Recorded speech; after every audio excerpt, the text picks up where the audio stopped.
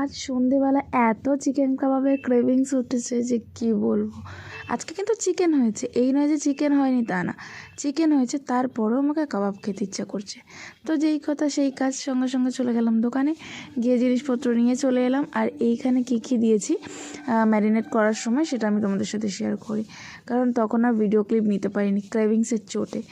তো এখানে দিয়েছিলাম টক দই, লঙ্কা গুঁড়ো, হলুদ গুঁড়ো, জিরে গুঁড়ো, কাশ্মীরি লঙ্কা গুঁড়ো, তারপরে চিকেন মশলা, একটু লেবু, একটা পিস লেবু দিয়েছিলাম, দিয়ে একটু বাটারও দিয়ে দিয়েছিলাম, পরিমাণ মতো লবণ দিয়ে ভালো করে 1 ঘন্টা ম্যারিনেট করে রেখেছি, বেশি সময় পাইনি।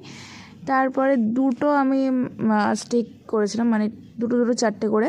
তো একটাতে একদম ছোটো ছোটো পিস করেছিলাম, আর একটাতে একটু বড় পিসেস রেখেছিলাম, যাতে দুরকমভাবে ট্রাই করা যায়।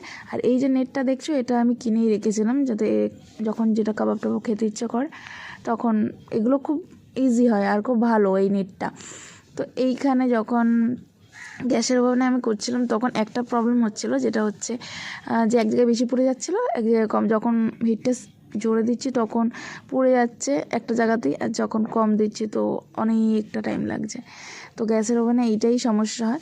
হ্যাঁ, যখন মানুষের খেতে ইচ্ছা করে তখন আর এইসব কোনো কাজ করে না আমার মতো। কার কার এরকম হয় বলো। তারপরে এটা প্রায় ঘন্টা খানেক ধরে হয়েছে, হওয়ার পরে দেখতে খুব যেরকম সুন্দর হয়েছিল, খেতেও টেস্টি হয়েছিল।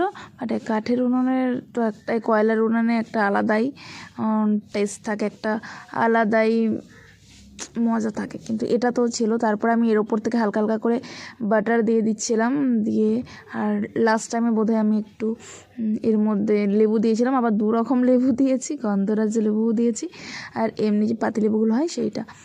দেখতে পাচ্ছ কত সুন্দর কালার এসছে, ইয়ামি। আমার মতো এরকম ক্রেভিংস কার কার হয়? আমার মনে হয় মাঝরাতে হলেও আমি এরকম করে বানাতে শুরু করে দেবো, যখন আমার খেতে ইচ্ছা করে, 11টা 12টা হোয়াটএভার, আমি টাইম দেখি না, আমার খেতে ইচ্ছা করেছে মানে আমি বানিয়ে খাবো, এরকম একটা ব্যাপার।